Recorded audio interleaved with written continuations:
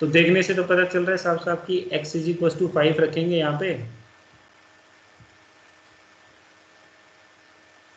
x is equal to 5 रखेंगे तो 5 आ जाएगा, y इज इक्वल टू -2 रखेंगे तो 5 पे -2 लिमिट आ जाएगी, 5 पे -2 भी लिमिट आ जाएगी। अब इसको प्रूव करना है कि इसकी लिमिट यही होती है। इफ साइड डेल्टा अपनी जो डेफिनेशन थी वो यही थी कि to prove this we have to show for any if psi greater than 0, for any if psi greater than 0 there exist delta greater than 0 such that function of x y, यहाँ पे जो भी function होगा function of x y minus limit और उसका modulus less than होगा, strictly less than होगा if psi से, when x minus a less than delta, y minus b less than delta. A b क्या है, ये जिस पॉइंट पे अपने को लिमिट निकालनी है वो होती है। ये डेफिनेशन थी अपनी। Yes sir. तो अपने को ये प्रूव करना है। तो इसको प्रूव करने के लिए अपन क्या करते हैं, एक स्टेप बाय स्टेप चलेंगे कि modulus of a x plus b y -5a -2b को अपन इस तरीके से अरेंज करेंगे कि ये x-5 और y माइनस, हाँ ये चाहिएगा, इसी से चल रहा है।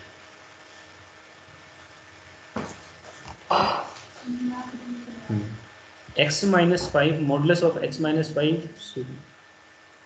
इस टाइप से अपने को लेके आना है इसको, ठीक है।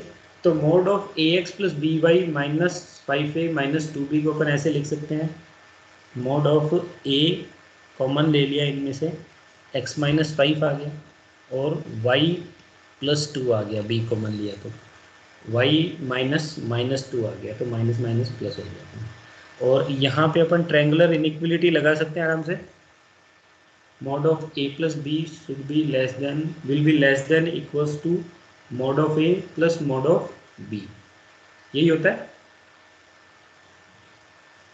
तो अपन ने क्या किया, इस इनइक्वलिटी इस मॉडुलस को अपन ने less than equals to a mod of x-5 plus b mod of y -2 के बराबर लिख दिया। लिख सकते हैं अपन ऐसे,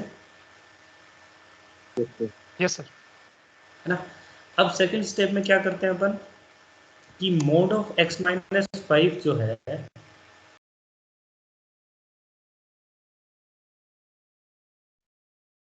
बराबर, है ना, और इसको अपन मान लेते क्या है, ये भी होता है √x-5 square plus Y plus 2 के स्क्वायर से लेस देन इक्वल्स टू होता है। ये चीज़ जस्टिफाइड है क्या कि ये जो क्वांटिटी है, ये वाली क्वांटिटी,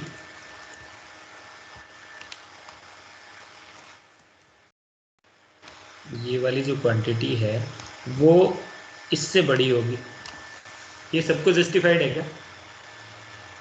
यस सर। है ना, यस सर। है ना। तो ये वाली जो क्वांटिटी होगी y+2 का मॉड जो है वो भी इस क्वांटिटी से लेस देन इक्वल्स टू होगा। तो ये क्या कर लिया अपन ने, कॉमन एक वैल्यू निकाल ली, कॉमन क्वांटिटी निकाल ली जो दोनों से बड़ी हो, मॉड ऑफ x-5 से भी बड़ी हो और मॉड ऑफ y+2 से भी बड़ी हो। तो ऐसी एक कॉमन क्वांटिटी निकाल ली। अब अपन डेल्टा को इंट्रोड्यूस कर लेते हैं कि डेल्टा अपन ऐसा मान लेते हैं कि वो इससे स्ट्रिक्टली बड़ा हो, जो अपन ने कॉमन क्वांटिटी निकाल ली है वो इससे स्ट्रिक्टली बड़ा हो डेल्टा, ठीक है। इससे स्ट्रिक्टली बड़ा हो गया यस सर। तो इस वाले से भी स्ट्रिक्टली बड़ा हो गया, तो इसका मतलब ये मॉड ऑफ x-5 से भी डेल्टा बड़ा हो जाएगा स्ट्रिक्टली, और मॉड ऑफ y+2 से भी डेल्टा बड़ा हो जाएगा। यहाँ तक कोई प्रॉब्लम नहीं किसी को? No sir. अब थर्ड स्टेप में क्या करते हैं अपन, थर्ड स्टेप में क्या करते हैं कि ये जो अपन ने पहले जो इक्वेशन निकाली थी, mod of a x plus b y -5a -2b less than equals to a mod of x-5 plus b mod of y -2, इसको मैं ऐसे लिख सकता हूँ कि ये जो क्वांटिटी है वो स्ट्रिक्टली लेस देन हो जाएगी, ये जो क्वांटिटी है वो स्ट्रिक्टली लेस देन हो जाएगी ए डेल्टा प्लस बी डेल्टा, क्योंकि ये जो x-5 का मोड था वो स्ट्रिक्टली लेस देन डेल्टा है, ये भी स्ट्रिक्टली लेस देन डेल्टा है, तो ये जो पूरी क्वांटिटी है वो स्ट्रिक्टली लेस देन ए डेल्टा प्लस बी डेल्टा हो जाएगी, हो जाएगी नहीं, है ना। अब यस सर। में क्या करते हैं अपन, ये जो क्वांटिटी आई है इसी को अपन इप्साई से डिनोट कर देते हैं, इसी को अपन इप्साई से डिनोट कर देते हैं। तो ये अपन ने a x plus b y minus 5a minus 2b less than epsilon दिखा दिया, जब when mod of x minus 5 less than delta हो, mod of y plus 2 less than delta हो। तो यही डेफिनेशन थी इप्साई डेल्टा की, लिमिट की जो डेफिनेशन थी। तो अपन ने प्रूव कर दिया कि limit x tends to -5 y tends to -2 ax plus b y will be 5a minus 2b। Clear है सबको एग्जाम्पल? Yes sir. इसी प्रोसेस से आप दूसरा एग्जाम्पल कर सकते हैं, है ना। तो सब लोग है ना इसको ट्राई करो प्रूव करने का कि एक्स वाई की limit x tends to 2 y tends to 3 में क्या होगी, 6 ही आएगी लिमिट इसकी,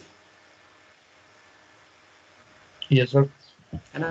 तो ये अपने को प्रूव करना है इप्साई डेल्टा डेफिनेशन से। तो प्रूव करेंगे तो क्या प्रूव करना हो गया अपने को, कि अपने को प्रूव करना पड़ेगा एक्स वाई -6 लेस देन होना चाहिए इप्साई के, वैन x -2 का मॉड लेस देन डेल्टा और y minus mod of y -2 less than delta. ये प्रूव करना पड़ेगा अपने, ऐसा ही प्रूव करना पड़ेगा ना। Yes sir. तो पहली स्टेप से चलो कि xy-6 को अपने को ऐसी टर्म्स में लिखना है जहाँ पे x-2 आ जाए, y-3 आ जाए, इन टर्म्स की फॉर्म में लिखना है xy-6 को।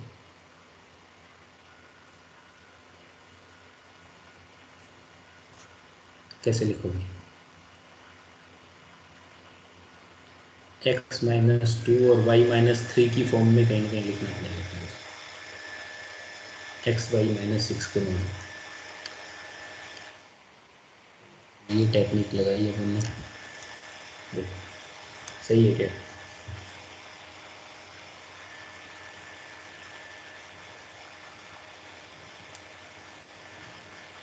डायरेक्ट तो लिख नहीं पा रहे थे, तो अपन ने 3x को प्लस माइनस कर दिया, 3x एक बार ऐड कर दिया, एक बार सब्ट्रैक्ट कर दिया, x कॉमन लिया तो y-3 आ गया, 3 कॉमन लिया तो x-2 आ गया, जो अपन सारे को ऐसा ही हो गया।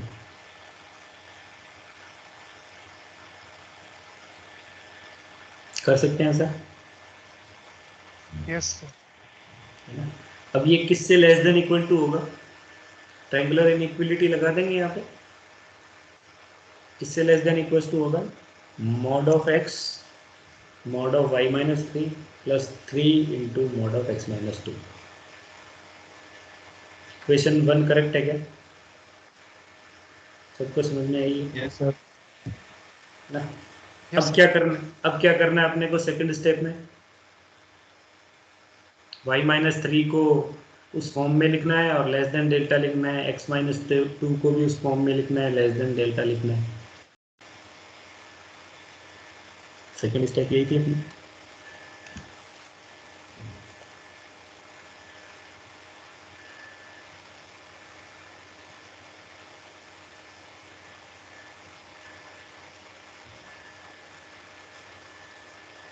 Yes sir. थर्ड स्टेप क्या थी, इसको स्ट्रिक्टली लेस देन लिख देंगे अपन, स्ट्रिक्टली लेस देन लिख दिया, मोड ऑफ x को मोड ऑफ x ही रखा एक बार, मोड ऑफ x को भी अपन ट्रीट करेंगे क्योंकि ये कांस्टेंट नहीं है, वेरिएबल है, तो अपन इसको भी डेल्टा की फॉर्म में लाएंगे। यहाँ जो लास्ट में जो आना है वो सिर्फ डेल्टा के फॉर्म में आना चाहिए, है ना, तो उसी को अपन इप्साई लिख देंगे। पर यहाँ तो मोड ऑफ एक्स आ गया साथ में, मोड ऑफ एक्स को कैसे मैनेज करोगे? ये यहाँ तक कोई दिक्कत नहीं है ना किसी को? थर्ड स्टेप में ऐसे ही करते हैं, क्योंकि y-3 का मोड है, अपन ने कर लिया इसको कि लेस देन डेल्टा है, और x मोड ऑफ x-2 है लेस देन डेल्टा है, तो यहाँ पे less than, strictly less than आ गया। ये स्ट्रिक्टली इनका मैं बार बार बोल रहा हूँ, तो ये ध्यान रखना है अपने को। जल्दीबाजी में अपन क्या करते हैं, लेस देन इक्वल टू लगाते चलते हैं सारी जगह ही, है ना। आपको ये भी क्लियर हो रहा होगा कि स्ट्रिक्टली क्यों ले रहे हैं अपन, क्यों ले रहे हैं, कोई बताएगा?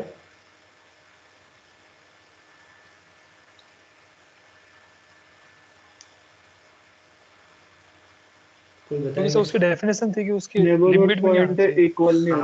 नेबरहुड, क्योंकि डेफिनेशन थी कि स्ट्रिक्टली लेस देन होना चाहिए, और डेफिनेशन में अपन देख भी पा रहे हैं कि ये जो डेफिनेशन है वो नेबरहुड की डेफिनेशन है ना। Mode of x-5 less than delta, mode of y+2 less than delta.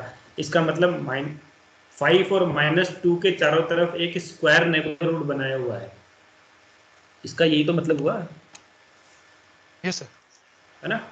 तो नेबरहुड के लिए अपन स्ट्रिक्टली लेस देन करते हैं। जैसे ही यहाँ पे ये लगाओगे ना, तो पता चल जाएगा कि आपने सिर्फ रटा है इसको ना, इसको समझा नहीं। इक्वल्स टू लगाते ही पूरा पूरा वो पिक्चर ही चेंज हो जाएगी, क्योंकि वो नेबरहुड की डेफिनेशन को फॉलो नहीं करेगा।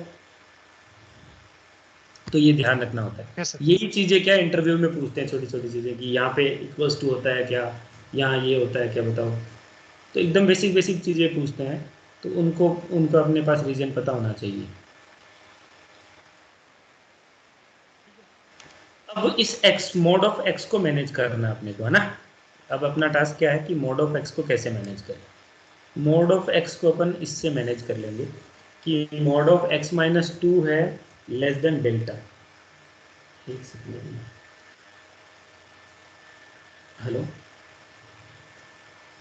हाँ एक क्लास में हूँ करूँगा।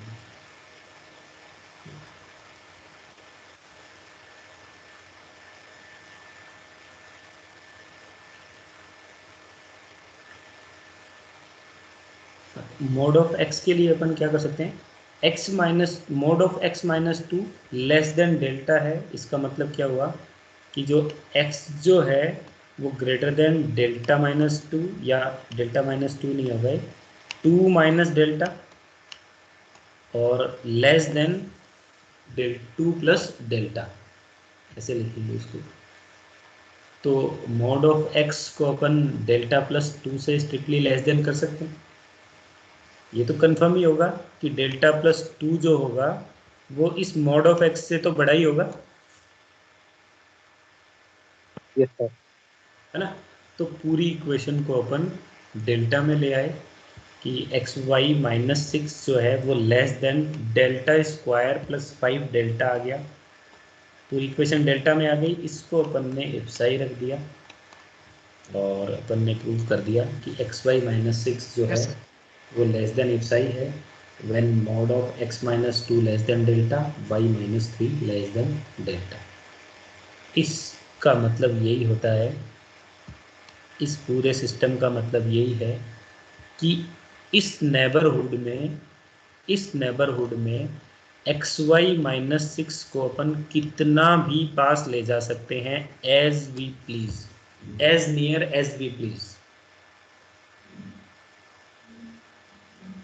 ये चीज समझ में आ रही है क्या? xy-6 को अपन कितना भी पास ले जा सकते हैं। xy-6 लेस देन इप्साई का मतलब क्या है कि xy जो है वो less than 6 plus delta, 6 plus epsilon, greater than 6 minus epsilon. इसका मतलब यही हुआ इस नेबरहुड में, यही मतलब हो रहा है ना इस लिमिट का। अब इसका मतलब क्या हो रहा है कि डेल्टा इप्साई की वैल्यू आप कितनी भी छोटी ले जा सकते हो, कि एक्स वाई जो है वो कितना भी पास आ सकता है 6 के। डेल्टा की वैल्यू, ये इप्साई की वैल्यू आप 1 लाख भी रख सकते हो, और छोटा इंटरवल हो गया। डेल्टा की वैल्यू, इप्साई की वैल्यू 0.00000000001 भी रख सकते हो। तो कितना भी 6 के पास एक्स वाई को ले जा सकते हो। इसका मतलब क्या हुआ कि एक्स वाई के पास पॉइंट्स का क्लस्टर है, और उसके नेबरहुड में इनफाइनाइट पॉइंट आ जाएंगे उस सेट के। क्लियर है सबको? yes sir, है यस ना? सर। तो लिमिट निकालना भी अपने को आ गया और इसका फिजिकल अपन इसको देख भी पा रहे हैं, समझ भी पा रहे हैं कि कैसे लिमिट वर्क कर रही है, अपनी क्या डेफिनेशन है इसकी। ठीक है, कंटिन्यूएशन में एक और एग्जांपल भी लिया हुआ क्या, ये आप लोग कर लेना, ये असाइनमेंट के फॉर्म में है कि इसकी लिमिट क्या आएगी। X square plus 2y is equal to 3 है 1 1, तो इसको आप प्रूव कर सकते हैं आराम से, है ना? इसको भी x minus one y minus one के फॉर्म में आप इसको करोगे, सेट करोगे और पूरी इक्वेशन को डेल्टा से रिप्लेस करके लेस देन डेल्टा की इक्वेशन में करके उसको कर लेंगे। सब कर लेंगे ये एग्जाम्पल, यस सर। कर लेंगे ना? ठीक है, अब आते हैं एक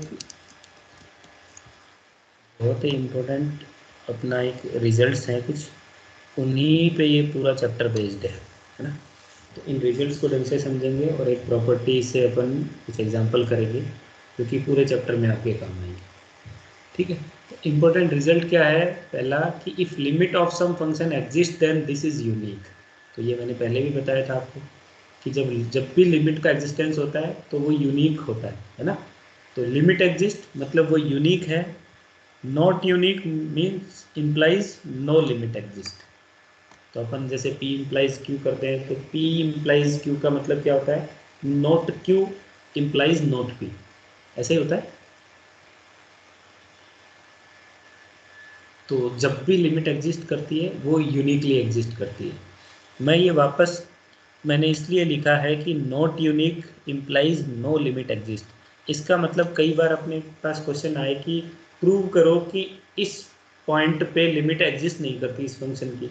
तो अपन क्या करेंगे कि उस पॉइंट पे दो डिफरेंट पाथ से आएंगे और दो डिफरेंट लिमिट ले आएंगे। तो अपन बता देंगे कि इस पॉइंट पे जब जा रहा था function tends to this point था, तो हमारे पास डिफरेंट पाथ से डिफरेंट लिमिट आ गई, इसलिए यूनिक लिमिट एग्जिस्ट नहीं कर रही थी इस फंक्शन की, तो अपन ने कह दिया कि लिमिट एग्जिस्ट नहीं करती। तो इस टाइप के खूब सारे एग्जांपल आपको देखने को मिलेंगे इस पूरे चैप्टर में। समझ में आया मैंने क्या कहा?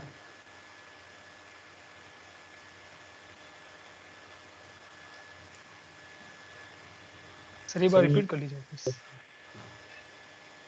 तो जब भी लिमिट एग्जिस्ट करती है वो यूनिकली एग्जिस्ट करती है ना? लिमिट एक ही होती है किसी फंक्शन की किसी पॉइंट पे। ठीक है, अब जब अपने को ये प्रूव करना है कि इस पॉइंट पे लिमिट एग्जिस्ट नहीं करती, तो अपन क्या करेंगे? दो डिफरेंट लिमिट दिखा देंगे उस पॉइंट पे, तो यूनिक नहीं हुई वो लिमिट, तो उस पॉइंट पे अपन बता देंगे कि जो लिमिट है वो मोर देन वन मिल गई अपने को, तो इसका मतलब ये जो पॉइंट लिमिट मिली है ये लिमिट नहीं है। क्लियर है ये चीज़? Yes sir. ठीक है, अब कुछ अलजेब्रा है लिमिट्स का, वो भी रूल ये फॉलो करता है। जैसे फंक्शन ऑफ एक्स वाई है, उसकी पॉइंट ए बी पे x tends to a y tends to b, limit L है। फंक्शन जी है कोई एक्स वाई, कोई दूसरा फंक्शन है, उसकी भी इस पॉइंट पे जाते हैं अपन x tends to a y tends to b, उसकी लिमिट एम है। तो इन दोनों फंक्शन के सम की लिमिट भी एल प्लस एम हो जाएगी, डिफरेंस करेंगे तो एल माइनस एम हो जाएगी, मल्टीप्लाई करेंगे इन दोनों फंक्शन को और फिर उस पॉइंट पे लिमिट निकालेंगे तो एल इंटू एम हो जाएगी, और डिवाइड करेंगे तो एल अपॉन एम हो जाएगी। कंडीशन साथ में ये रहेगी m not equals to zero, कि ज़ीरो होगा तो इनफाइनाइट बना देगा। तो ये कुछ अलजेब्रा है, इसमें ये रूल्स को फॉलो करता है लिमिट, है ना? जैसे कोई दो फंक्शन अपने को दिए हुए हैं, उनकी लिमिट पूछ रहे हैं, दोनों को अपन ब्रेक करके देख लें कि इनकी लिमिट तो अपने को पता है, दोनों की अलग अलग लिमिट निकाल ली और उनको सम कर दिया तो लिमिट आ गई। जैसे सिंगल वेरिएबल में अपन करते थे वैसे ही एग्जैक्टली ये चारों रूल भी इसमें तीन चार रूल हैं, ये फॉलो करेंगे इसमें। क्लियर है सबको? Yes sir. yes sir, एक और रिजल्ट है अपने पास कि if a function has limit L, तो ये पाथ से इंडिपेंडेंट होगी, then it is path independent. अब ये चीज है इम्पोर्टेंट, पाथ इंडिपेंडेंट मतलब x y tends to a b, किसी भी कर्व से आ जाओ तो लिमिट जो है वो सेम होनी चाहिए। किसी भी पाथ से आए तो लिमिट सेम होनी चाहिए। अब पाथ से आए वो अपन एग्जांपल से समझेंगे इसको कि कैसे अपन डिफरेंट पाथ से आए, ठीक है।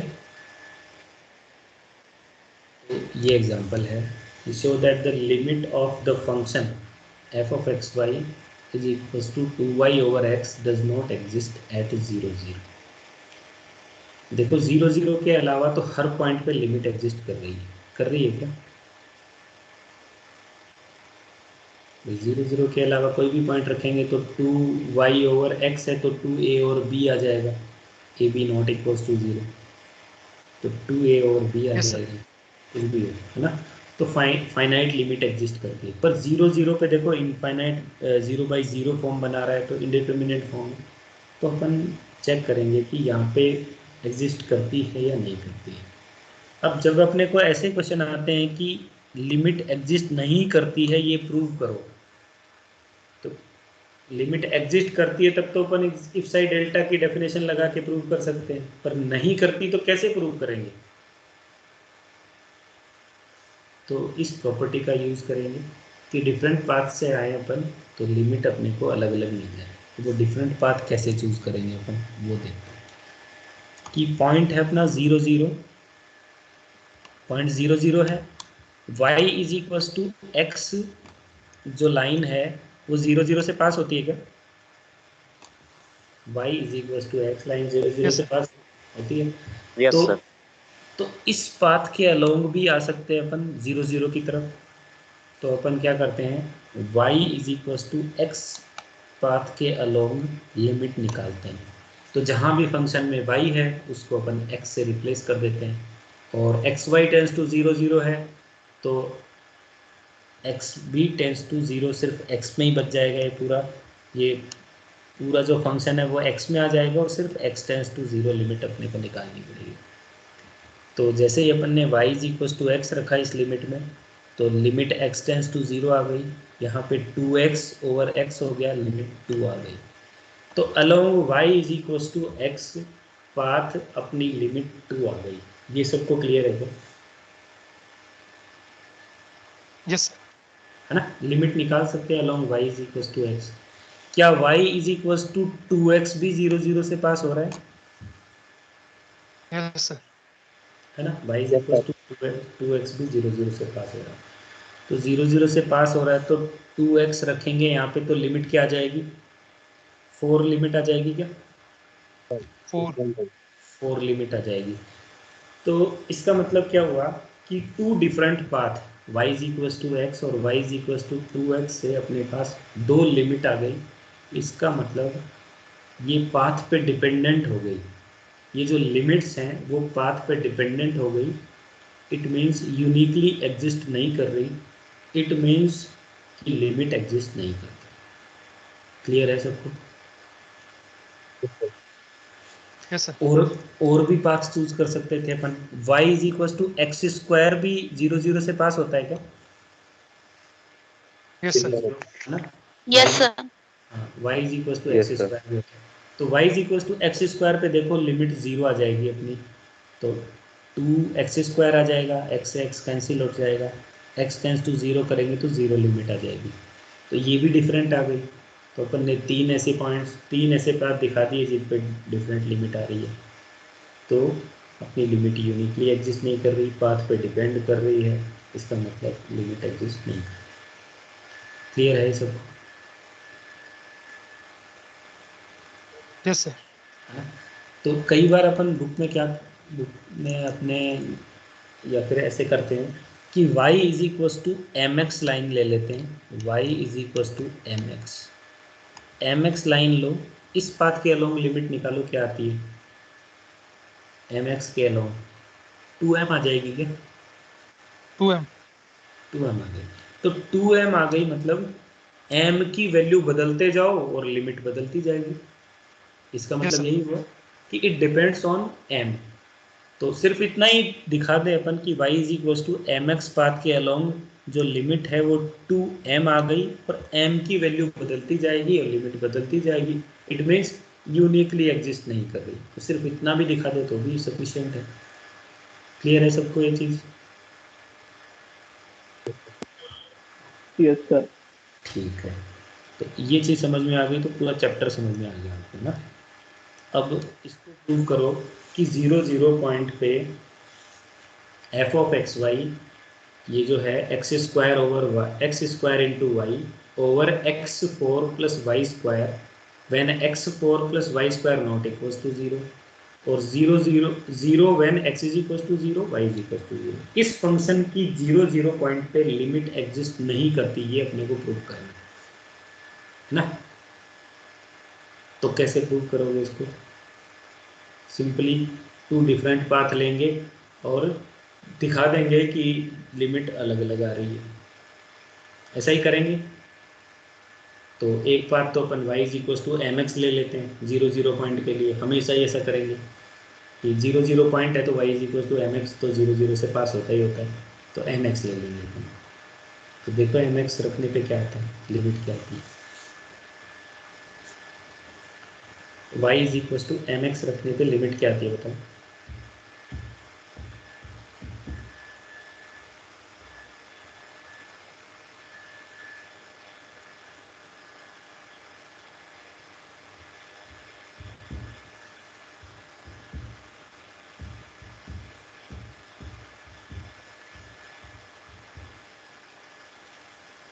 सर 0 आ रही है।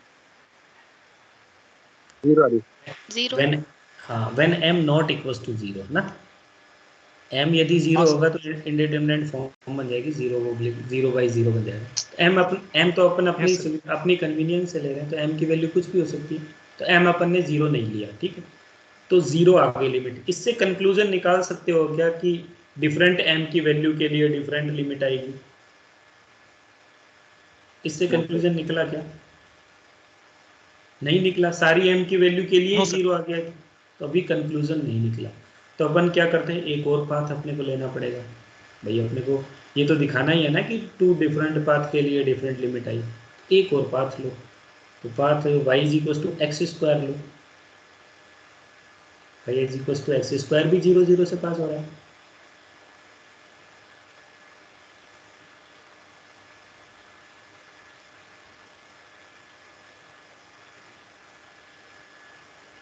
वन बाय टू आ रही है। 1/2 लिमिट आ गई। अब क्या करें कि ये 1/2 लिमिट आ गई, इसका मतलब कि एम एक्स से अलग आई है और y is equal to x square से अलग आई है, पाथ पे डिपेंडेंट है, लिमिट एग्जिस्ट यूनिकली नहीं कर रही, इसका मतलब लिमिट एग्जिस्ट नहीं कर रही। क्लियर है सबको? Yes sir. यस है सर। ना। तो ये एग्जांपल समझ में आ गया तो पूरी ये चैप्टर समझ में आ गया, क्योंकि आगे के चैप्टर्स में अपने को लिमिट पढ़ना है, ये कंटिन्यूटी पढ़ना है। तो कंटिन्यूस हो, कोई फंक्शन कंटिन्यूस कब होता है, किस पॉइंट पे, जब उस पॉइंट पे उसकी लिमिट एग्जिस्ट करती है। तो डिसकंटिन्यूटी के क्वेश्चंस आते हैं एग्जाम में कि बताओ कि ये इस पॉइंट पे डिसकंटिन्यूस है, तो अपन उस पॉइंट पे लिमिट एग्जिस्ट नहीं करती ये दिखा देंगे सेम प्रोसेस से, तो पता चल जाएगा कि लिमिट एग्जिस्ट नहीं करती तो उस पॉइंट पे डिसकंटिन्यूस हो गया। डिसकंटिन्यूस है तो डिफरेंशिएबल भी नहीं होगा, है ना। तो डिफरेंशिएबिलिटी के लिए भी अपन यही चीज़ दिखाएंगे। तो नेक्स्ट क्लास में अपने को ये यूज़ करना है, ये असाइनमेंट में कर लेना कि इनकी लिमिट्स किसी की निकलती हो तो निकाल देना, नहीं तो डिसप्रूव कर देना कि लिमिट एग्जिस्ट नहीं करती।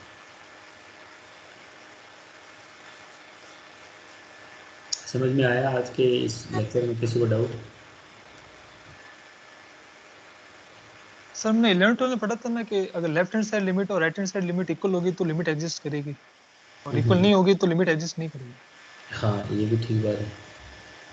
तो तो जब सर वो अपन वो यूज नहीं कर सकते। नहीं, वो लेफ्ट हैंड साइड लिमिट और राइट हैंड साइड लिमिट निकालते थे, पर यदि किसी फंक्शन की लिमिट निकाल लेते अपन डायरेक्ट ही उस टाइम पे, तो लिमिट निकाल लिया मतलब उसकी लेफ्ट से आ जाओ चाहे राइट से आ जाओ, लिमिट को ऐसे ही कंटिन्यूटी को ऐसे ही डिफाइन करते हैं। देखो कंटिन्यूस कोई फंक्शन होगा ना, तो कंटिन्यूटी भी क्या है, पॉइंट बेस्ड प्रॉपर्टी है। लेफ्ट हैंड साइड लिमिट और राइट हैंड साइड तो लिमिट ही है ना। वो तो लेफ्ट हैंड साइड से आ रहे हैं तो लिमिट निकाल रहे हैं, राइट हैंड साइड से आ रहे हैं तो लिमिट निकाल रहे हैं। तो तुम जो ये left hand side right hand side कर रहे हो और उस पॉइंट पे फंक्शन की वैल्यू तीनों इक्वल होगी तो लिमिट निकलेगी।